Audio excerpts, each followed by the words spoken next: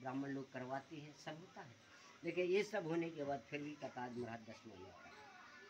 माने इतना सब कुछ कार्य होने के बाद वो कथा बाकी रह जाती है। तो इस कथा का कितना बड़ा महत्व होता है, कभी जी नहीं सोचा है।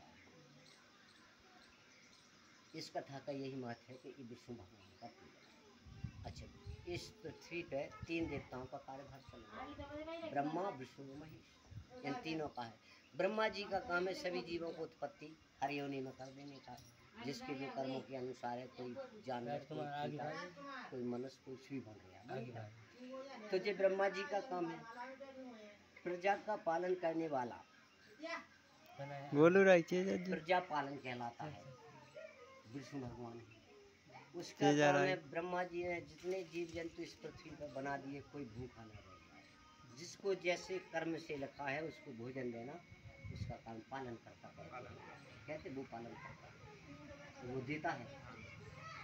हम और आप क्या करते हैं, एक मोह माया में फंसे, जो मोड़ा खो अगर मैं उन्ना नहीं कह रहा हूँ या खा भी नहीं गया तो उनको खो देना। अरे बोका तुम्हारे भविष्य हो, जिस परमात्मा ने भेजा है उसका उद्धार करेगा। कभी कभी देखा हुआ कोई इतना सा बालक भी होता है, उसके माँ बाप खत्म हो जाते हैं और वो कल्प उसके आगे काम करने लगता है, तो उसको किसने पाला? उस परमात्मा। लेकिन मनुष्य उस पर विश्वास न करके अपने आप पर करता है, रात भर दिन हाँ हाँ करेगा और कुछ नहीं मिलेगा और चला जाएगा यहाँ से। भगवान पे विश्वास कम करता है। अच्छा, तीसरा है ब्रह्मा विष्णु और महेश। महेश का काम है कि जिसका जो कार्य पूरा हुआ, दूसरा रूप महाकाल, तो चलो आंख ले जाती है। बस मनुष्य का जीवन इतना ही चल रहा, तीनों देवताओं के आधार पे।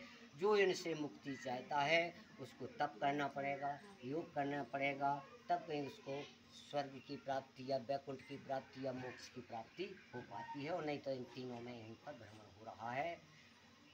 आज गए फिर आए, वो रहे आए फिर आए, जो कार्यक्रम चल रहा है। तो इस प्रकार से ये पालनकर्ता का व्रत और पूजन है। यहाँ पर हम जो भी खर्च करते हैं, जो भी कमाते हैं, ये सब दिया हुआ किसका है? कर्म तो आप करोगे, लेकिन देने वाला वो पालन करता है, उसका है। भंडार में पूरी गिर जात, लात रखी जात, खीर बकर जात, कुछ भी हो जाए, अन्न का नाटक होता है। तो ये सब भंडार पूर्ण करने के बाद लास्ट में फुर्सत के दिन एक दिन विष्णु भगवान का ही पूजन किया जाता है कि हे विष्णु भगवान, आप सदैव मेरे घर में मैं लक्ष्मी रूप में विराजमान करना। मैंने अन्न का अनादर नहीं किया तो अच्छा का, लेकिन उसमें अनादर हो गया, धोखेबाज मुझे माफ करना। ये पूजन होता चलता है। यदि जी प्रसन्न रहते हैं तो हमारे घर में धन संपदा की प्राप्ति रहती है, और जी प्रसन्न नहीं है तो कर करके बैल की तरह जुटते रहो, कुछ नहीं मिल पाता। आज के समय में अधिकतर देखा है, दीपावली आई या कुछ भी आया, लक्ष्मी पूजन करें आदमी, घर को झाड़ू छाप लिया, चौक में और लक्ष्मी जी की फोटो लिया, हे लक्ष्मी माता हमारे घर में रहना। और विष्णु भगवान को कुछ, जहाँ उनके पति का पूजन होता है तो पत्नी तो अपने आप आगे पीछे फिरती हैं। और आजकल का कलयुग का आदमी यही समझता है कि हमें विष्णु भगवान नहीं चाहने, हमें तो लक्ष्मी जी चाहने, तो ऐसा नहीं हो पाता है। पूजन तो करते हैं लेकिन कभी घर में बरकत नहीं हो पाती है, केवल कमी करने की रहती है यही। इस प्रकार से इस कलयुग में जो सत्यनारायण भगवान का ये व्रत पूजन करेगा उसकी सारी इच्छाएं परिपूर्ण होगी। विशेष करके इस कलयुग की भूमि पर सबसे यही एक सरल मोक्ष का उपाय है। इति श्री सत्यनारायण व्रत कथायाम प्रथमो अध्याय समाप्त। बोलो श्री सत्यदेव भगवान की जय। थोड़ा थोड़ा हम संकेत बता रहे थे, इसमें ऐसे उठा के ऐसा छोड़ दो, बकाया हम जय भी बोलत जा रहे हो, संकेत भी करत जा रहे हो, तुम छोड़ दो तना। दुनिया को काम जो है कि अध्याय पूरा होबू करे। हमारे 5 अध्याय होने, अब 4 बाकी है। जो हमने जय बोली तो थोड़े से चावल फूल लो, भगवान में छोड़ दो, बकाया खिला जाते। ये अक्षत का मतलब होता है विष्णु भगवान का ध्यान करना। तो ये तो हो गया कथा का विधान। अब कथा सुन लो। कथा क्या है कि इस व्रत पूजन को किसने किया और क्या मिला। एक बार की बात है कि काशीपुरी में सत्यानंद नाम के ब्राह्मण थे। उनका काम था कि रोज़ जाए भिक्षा मांगे, और भिक्षा मांगने से जो भी खाना पीने को मिल जाए अपने घर पे आए, खाएँ पिएँ। शुद्ध भाव था। वेदों में लिखा है कि विप्रों को प्रेम करने वाले भगवान, विप्र माने होता है ब्राह्मण, ब्राह्मण के लिए भगवान अति प्रेम करते हैं। ये लिखा है। वहाँ पर हमारे मन में ये कि जब कथा बाचे तो सुनने वालों को ये आता है कि भगवान तुम्हारी तो दया काय करत महाराज, हम कथा नहीं करें, हम भी तो उस परमात्मा की भेजे हुए हैं कि नहीं। उसका कारण है कि विप्र माने होता है ब्राह्मण, और ब्राह्मण उसे कहते हैं जो जन्म ब्राह्मण के यहाँ ले ले, उसे नहीं कहते, जो कर्म करे उसको ब्राह्मण कहते हैं। ब्रह्म का ज्ञान होना चाहिए। ब्रह्म माने होता है परमात्मा, जो परमात्मा से उसकी डोरी लगी है, कहीं भी जाता है मंदिर में पाठ पूजन करता है, जहाँ भी जाए अच्छे कार्य बताए तुम लोगों को, अच्छा ही कार्य सौंपे, उसको ब्राह्मण कहते हैं। ऐसा नहीं कि जन्म तो हमने ब्राह्मण के ते ले लो और तुम्हारे ते आए चलो धर्मेंद्र काय तो मैं लठ देंगे कि चलो महाराज तुम्हारे संग कर जाओ, दो जन ने जाकर लठ दे, उसका परिणाम क्या मिलेगा कि दो ही अंदर हो जाओगे, अच्छा काम तो नहीं। तो ये ब्राह्मण का कर्तव्य होता है। ब्राह्मण का कर्तव्य है धर्म राय दिखाना, सदमार्ग पे चलाना, अच्छे कार्य करना, अच्छे कार्य करना, ये ब्राह्मण का कर्तव्य होता है। जब ऐसा करता है तो भगवान उस पर ऑटोमेटिक प्रसन्न होते हैं, कोई भी करे। जब भगवान प्रसन्न होते हैं तो सतानंद का गरीबी देख के भगवान ने बूढ़े ब्राह्मण का रूप बना उनके पास आए। सतानंद से पूछे भैया जब बताओ कि रोज के रोज ऐसे कहाँ घूमते रहते हो। बोले घर में खाने के लिए नहीं, इसलिए भिक्षा मांगता हूँ। बोले आप सत्यनारायण भगवान की पूजा कर दो, तुम्हारे घर में धन संपदा बढ़ जाए, यानी विष्णु भगवान का पूजन करो तो लक्ष्मी जी आ जाएंगी। सारा विधान बतला कर वो तो अंतर ध्यान हो गए। इधर सतानंद ब्राह्मण को भिक्षा में जो भी दान आटा चावल गेहूँ मिलता है उसी को बेच करके सत्यनारायण भगवान की व्रत की सामग्री लाता है, और शाम के वक्त सत्यनारायण भगवान का व्रत पूजन करता है। व्रत पूजन करने के बाद भगवान से प्रार्थना करता है तो उसके घर में धन बरकत चालू हो जाती है, और हर महीने व्रत पूजन करने लगता है, और सुख भोगने पर वैकुंठ लोक को जाता है। इति श्री सत्यनारायण अमृत कथायाम द्वितीय अध्याय समाप्त। बोलो श्री सत्यदेव भगवान की जय। हाँ भाजी जब से कह देते तो हमें दो बेर निकल नहीं आती। या हम तो इतनी बातें जोर जोर से कर रहे, तुम एक भी जय कर रहे, बोले जाओ सब रे। पर उसे लड़वे के लाने तो बोलने नहीं आए तो गरज पड़ो, और भगवान की जय बोलो। हाँ जयकारा लगाओ, जहाँ तक जयकारा की आवाज जात सब भगत दिखाता हो। सूत जी बोले हे श्रेष्ठ मुनियों, अब आगे की कथा कहता हूँ। एक कुलकामुख नाम की राजा थे, सदा सत्य बोलत थे। एक बार राजा और रानी सत्यनारायण भगवान की पूजा कर रहे थे। वहाँ पर क्या होता है कि एक साधु वैश्य आता है। वैश्य बोला जाता है जो व्यापार करता है, यानी बनिया जाता है। धन काफ़ी रखे था, नाव को किनारे पर लगाया और राजा के पास गया। साधु उससे पूछा कि क्यों भाई ये कौन से देवता का पूजन कर रहे, इससे क्या मिलता है मुझे बताएं। तो राजा ने साधु वैश्य को बताया कि हे वैश्य, अति तेजस्वी विष्णु भगवान का पूजन है, जो अपने भाई बंधुओं के साथ धन पुत्र आदि की इच्छा से किया जाता है। जिसकी जो इच्छा होती है वो पूरी होती है। बोले वाह ऐसी बात है, तो हमारे तो धन तो खूब है, लेकिन भगवान ने संतान नहीं दी। और आज हम संकल्प कर रहे हैं कि जिस दिन हमारे पास संतान भगवान दे देगा, हम भी सत्यनारायण भगवान का पूजा कर देंगे, यानी कथा बचा देंगे। भगवान ने उनकी बात सुन ली।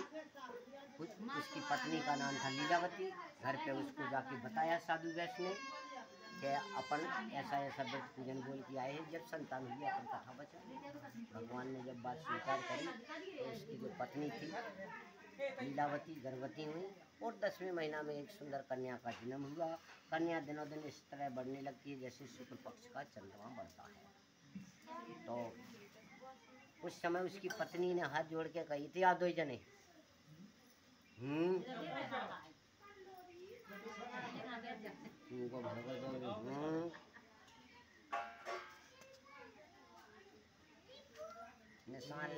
निशान लगा दूं क्या हो। कथा में गए थे,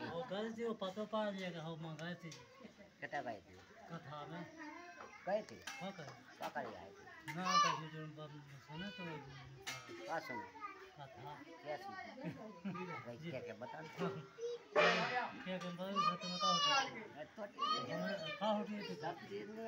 चाय जैसे सीख जाओ।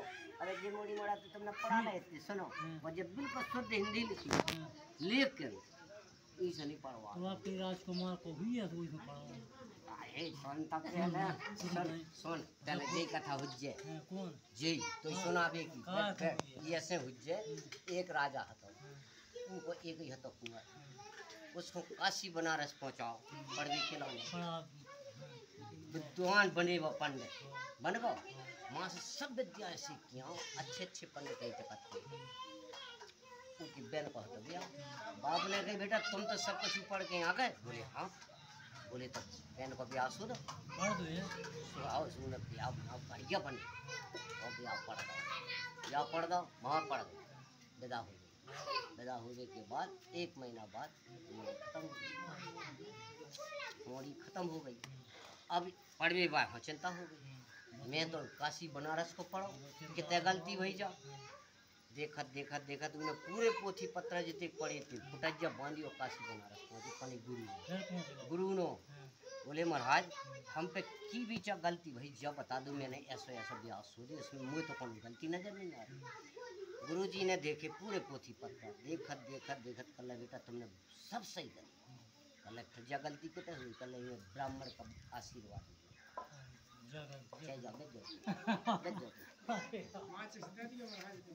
नहीं देना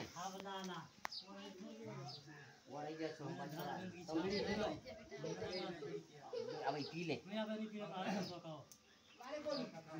हाँ गर्मी पड़ी हुई है। बोलिए सत्यदेव भगवान की समान जैसे ही उसकी कन्या ने जन्म ले लिया तो जो उनकी पत्नी थी उसने कहा कि अपने संतान भगवान ने दे दिए, अब अपन सत्यनारायण भगवान की पूजा कर दो यानी कथा बचा दो। तो साधु व्यास बनिया जात का था, जो 2 बार खर्चा करना पड़े। भगवान ने जब मोड़ी है तो इस मोड़ी को ब्याह तो करने ही आए 10-12 साल में। और जब ब्याह करें जब 10 माननी कथा जी बोले कि ये हर वे खर्चा ऐसा अपनी पत्नी को समझा दो। देखिए आप कहीं भी बैठ कर के कोई भी सलाह करें इंसान से छुप जाएंगे लेकिन उस परमात्मा से कभी नहीं छुप सकते। चाहे अच्छा काम करो चाहे बुरा काम करो। ठीक भगवान सुन ही रहे थे 2 जन की पति पत्नी की बातें कि वे कह रहे कि जब कन्या को ब्याह करें तब कर दें। बोले ठीक है भैया हमने संतान दी अब तुम्हारे मन में है कि विवाह और करवा देगा से ब्याह करवाएंगे। कन्या दिन दूनी रात चौगनी बड़ी कछु दिन ब्याह के योग हो गई और एक सुंदर बाड़ी पुत्र को देखिए अपनी कन्या को जो है उसके साथ कर दो। अब क्या होता है जब विवाह हो गया तो दमान से कह दी कि हमारे संगे चलो काम कर दी बंदी भोरी को मटाई रुपया से कर दी घरे रहो। अब ये 10 माननी कथा जौन बोली थी बाबू भूल गए और जौन 10 माननी करने थी बाबू गोपाल के लाने चले गए। भगवान ने कहा कि भक्त तुम तो भूल गए मुझे लेकिन तुम्हारे लिए मैं नहीं भूला हूँ। जैसे इस ससुर दमान व्यापार के लाने पास के गांव में पहुंचे और डेरा डाल के बैठे भगवान की माया से 2 चोर बने और उस राजा के यहाँ से चोरी करी भगन लगे दिन में। और जब दिन में भगे तो राजा के दूतों ने उनका पीछा किया और पीछा करते करते जितने ससुर दमान डेरा जमा बैठे थे उनके पीछे धन की पुटरिया रखी और वे तो माया के सिखरा गए। राजा के दूता सिंधु ने बांधे धन उठाओ राजा के पास ले गए। ने बहुत सफाई दी कि हम तो बंदी भौरी करने वाले हैं बनिया जात के हैं हम का चोरी करें। बोले हम मान कैसे लें धन रखे तो हमने तो तुम्हारी लिखाई करी। ये भी परदेशी थी। राजा से कहते राजा हम 2 चोर पकड़ लिया। राजा ने कारागार में बंद कर दिया। कहने का मतलब है कि इस वक्त उनने चोरी नहीं की लेकिन फिर भी उनको सजा मिल रही है। क्यों कि पूर्व जन्म के कर्मों से आपने पीछे कर्म ऐसे कर दिए उनकी सजा आज आपको भोगना पड़ती है। यहाँ ससुर दमान बंद हो जाते हैं। वही माया के चोर आते हैं घर में। भगवान ने माया से पूरा घर खाली कर दिया खाने पीने को कुछ नहीं बचा यानी उन्हें लगा के चोरी हो गई। मानसिकता बीमारी को माँ बेटी ने भर दिया। एक दिन की बात है कन्या कलावती भिक्षा मांगने पास के गांव में पहुंची तो वहाँ देखी कि सत्यनारायण भगवान की पूजा हो रही। व्रत की कथा सुनी प्रसाद का और रात को घर पहुँची तो उसने कलावती ने लीलावती को बताया अपनी माता को बताया पुत्री ने कि हमने ऐसा ऐसा व्रत देखा। तब उनको याद आती है कि हमने तो आज तक नहीं देखा। पहुँची माँ बेटी ने भिक्षा मांगी आटा चावल जो भी दान दक्षिणा में द्रव्य ऐसा कुछ आटा भी मिलता है उसी को बेच करके सत्य भगवान की सामग्री ली और माँ बेटी ने बैठ करके घर पर सत्यनारायण भगवान का तो पूजन किया यानी कथा बात। भगवान से प्रार्थना की कि हे भगवान हम सबका अपराध क्षमा करें ससुर दमान जा गई हो उनकी रक्षा करें। भगवान इसी में प्रसन्न हो जाते हैं। भगवान किस चीज़ में प्रसन्न है कि आप जोत जला के 2 अगरबत्ती लगा के मेरा 10 मिनट ध्यान करते हो तो मैं आपका 10 वर्ष तक भी ध्यान रखूँगा। लेकिन ध्यान तो करो जो भी खाना पीना बना दो तो हम और आप ठलिया प्रसाद रूप में पा जाते हैं। भगवान तो इसी में प्रसन्न होता है। भगवान ने तुरंत उन्हें राजा को सपने में दर्शन दिया कि जो तुमने कारागार में बंदी वैश्यों को बंद कर लिया उन्हें बड़ी सवेरे छोड़ दो, ऐसा नहीं करोगे तो संकट में पड़ जाओगे। राजा ने सुबह उठकर स्वप्न सुनाया, दोनों को कारागार से छुड़ाया, वस्त्र आभूषण पहनाए और जो भी उनका धन लिया था उससे दूना धन दे करके दोनों को विदा कर दिया। तो दोनों वैश्य अपने घर को चल देते हैं। इति श्री सत्यनारायणम व्रत कथायाम तृतीय अध्याय समाप्त। श्री सत्यदेव भगवान की जय। हाँ, अच्छा लगे ऐसी बोली जाए, माइक की जरूरत नहीं है। बताओ ऐसे बोला तो नहीं जैसे हमें जबरदस्ती में सुंदरकांड से माइक के लगवाने आए। तुम शरीर से हमें 4 लड़का मिल जाओ तो माइक बंद कर दो, कर रहे बोलो। सूत जी बोले, हे श्रेष्ठ मुनि, अब आगे की कथा कहता हूँ। क्या होता है कि ससुर दमान काफी धन लेके अब अपने नगर की लाने जा रहे थे, अपने गाँव की लाने। भगवान ने एक साधु का रूप बनाया और फिर उनके पास पहुँच गए। जैसे समुद्र के किनारे नाव और नाव में धन रखे थे, नित्य क्रिया करने लगते हैं। साधु को राजा हो जाए, भगवान थे वो तो। इनसे पूछा साधु से कि तुम्हारी नाव में क्या है जो बनिया जाती थी। जिसने देखा ये तो मांगने खाने वाला आ गया, कोई साधु रूप में है, हमसे आटा चावल गेहूँ मांगेगा, जी हमारे पास है नहीं है। राजा ने तो धन दिया था, मोर सर के भरे थे।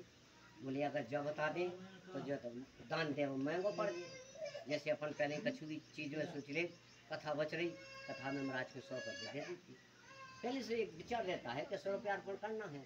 अब वहाँ की जगह अगर वह 100 को हरा को 500 को जहाँ डरे 500 से कमाई धरी देने तो है महाराज जाता है कहते 25 दे जो घाट पड़ता। इसी प्रकार से उसके मन में आया कि चीज़ महंगा पड़ेगा। जैसे वो पास में आया, पूछा साधु आपकी नाम में क्या है। बोले महाराज हमारे पास कुछ नहीं, हम तो लता पता भर के लाए हैं, तुम्हें देवे खिलाने कुछ नहीं। जबकि वो भगवान थे, सब कुछ जानने वाले थे, सब देख रहे थे, लेकिन असत्य वचन बोलने से पाप कर्म हो जाता है। और ये भगवान से असत्य बोल गए। इंसान तो अलग ही बात है, भगवान से असत्य बोल गए। भगवान बोले ठीक है भैया इतना नहीं मिला तो हम तो दूसरी जगह देखें, भगवान तुम्हारी इच्छा पूरी कर। जा क्या कह गए तो उनकी नाम लता पता हो गया, धन सब गए। अब तो ये मूर्छा खा के जमीन पर गिर पड़ती, चिल्लाने लगी कि लुट गए पिट गए। दमान ने समझाया कि तुमने उस दंडी भगवान का अपमान किया है, उनकी शरण को जाओ, तभी अपने इच्छा अनुसार वरदान की प्राप्ति होगी। तो दंडी भगवान के पास पहुँचते हैं, शोकातुर होते हैं, रोने लगते हैं, कहते हे भगवान मैंने आपसे असत वचन कहे, मेरे लिए क्षमा कर दो। तो भगवान ने भी कहा कि हे मूर्ख, जितनी बार तुझे कष्ट हुआ है वो मेरे कारण हुआ है, क्योंकि तुम कहते हो लेकिन करते नहीं। कहने का मतलब है कोई भी स्थान पर किसी भी जगह कोई अच्छा अनुष्ठान कभी भी अपने मन में अपन ने सोच लिया कि हम ऐसा करेंगे, किसी भी देवता के पास नारियल बोले आए, सीधो बोले आए, कथा बोले आए, या घर पे और भी कुछ कर दिया, तो उसके लिए टरकाओ नहीं। जो श्रद्धा है सामर्थ्य के अनुसार उसको कर दो। उस टरकाने में भगवान रुष्ट होते हैं, और रुष्ट होने का पता नहीं लगता है, केवल पता कैसा लगता है कि हम उन लोगों को तकलीफ में पड़ जाते हैं। कभी कोई बीमार, कल उनको पाँव मच गो, कल उनको कछु होगा, कभी कैसे नुकसान, कोई कैसे नुकसान, तो समझ लो हमारी कछु गलती चल रही है। कभी भी कोई घर में वक्त बेवक्त बीमार पड़ जाता है, और जब दवा से इलाज नहीं होता है तो मालूम क्या होता है, 4 आदमी के देखिए थे कनु का कहते कि कर रहे वो कौन ना कहो कि एक आध बात ही कर रहे, माने याद आ भैया क्यों तो बोलो डरे हाँ भैया कर दिए कि ना दिए, ये जो भी माने सही हो जाता है। तो इस प्रकार से भगवान याद दिलाता है। तो कभी भी अब देखो करब जो उनके पीढ़ी पे बैठे कथा सुन आगा तो वह सावरण फंसो कछु नहीं।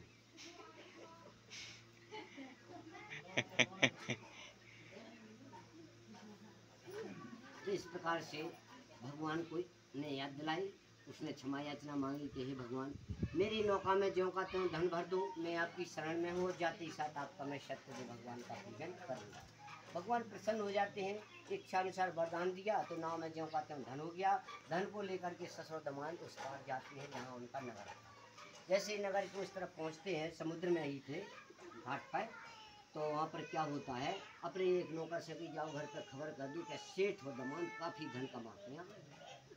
जब उनका नौकर पहुँचे तो माँ बेटी बैठ कर के सत्यनारायण भगवान की पूजा कर रही थी, यानी कथा बचा रही थी। जब उनके मुँह से सुने कि सेठ दमान आ गए तो उन्हें बहुत प्रसन्नता भई। तो भगवान का ये सब व्यर्थ पूजन छोड़ के बोली पहले चले भगवान से बैठे। भगवान ने सोचा कि कोई मुझसे बड़ा आ गया, जब तुम मुझे छोड़ गए हैं, जबकि वो सब कुछ करने वाले हैं। थोड़ा सा करिश्मा दिखा दिया। जैसे भागते भागते कन्या कलावती वहाँ पहुँचती है, वहाँ देखा कि दामाद बैठा है नाव में, नाव भी है समुद्र किनारे, और जो पास में पहुँची दोनों दृश्य कर दिए। कन्या को लगा कि नाव भी डूब गई और उसी में दामाद था वो भी डूब गया। अब उनने सोची समुद्र में जब डूब गए तो अब तो मिलना वो मुश्किल है। कन्या कलावती रोने लगी, भगवान से प्रार्थना करने लगी। विलाप करते करते उसके मन में विचार आता है कि जब मेरा पति इस पानी में डूब के मर गया है, खत्म हो गया, तो अब मैं किसके लिए जीऊँ। तो सतयुग द्वापर त्रेता में, इस कलयुग की बात अलग है। सतयुग द्वापर त्रेता में क्या होता था, कोई भी सौभाग्यवती कन्या अपने पति के साथ जब मरने का संकल्प लेती थी तो वो सती कहलाती थी। और सत में वो शक्ति होती है कि भगवान की आसन हिलन लगा। माता अनुसुईया ने ब्रह्मा विष्णु महेश में 6 महीना के बालक बना देते अकेले जल चलाते, सत वो कहलाता है। इस कथा को आगे नहीं बढ़ाएंगे, इतनी बोल दिया। तो जैसे उसके कन्या के मन में विचार आया, वहाँ इंद्रासन हिलने लगी, तो आकाशवाणी होती है कि हे साधु, तेरी कन्या मेरे प्रसाद को छोड़कर पति दर्शन के लिए आई है, यदि घर जाकर प्रसाद खाकर लौटेगी तो उसका पति अवश्य मिल जाएगा। कन्या ने आकाशवाणी सुनी, झटपट घर पे आई, भगवान का प्रसाद पाओ, भोग लगा के और प्रसाद पा के ऊपर जाकर देखिए सब जन के मिले, ना कोई डूबा ना कुछ, वो तो भगवान की महिमा थी। उस दिन से प्रसन्न होते हैं और सुख भोगने पर स्वर्गलोक को जाते हैं। इति श्री सत्यनारायण व्रत कथायां चतुर्थो अध्याय समाप्त। बोलो श्री सत्यदेव भगवान की जय। अब की हम बार ही लेके के बोल लगते हैं, अकेले एक ही में नहीं लिखे, सब को बोल रहे हैं। अब की के बोल रहा हूँ, देख लीजिए। सूत जी बोले, श्रेष्ठ मुनियों, आगे की कथा। तुंगध्वज नाम की राजा थे, उनने भी भगवान का प्रसाद त्याग कर थोड़ा दुख पाया। एक बार क्या होता है कि तुंगध्वज राजा वन में पहुंचे और अनेक पशुओं को मार गए। बरगद के पेड़ के पास आए, घोड़ा की सवारी थी, वहाँ बरगद के पेड़ के पास देखा कि ग्वालवाल बैठे सत्यनारायण भगवान की पूजा कर रहे थे।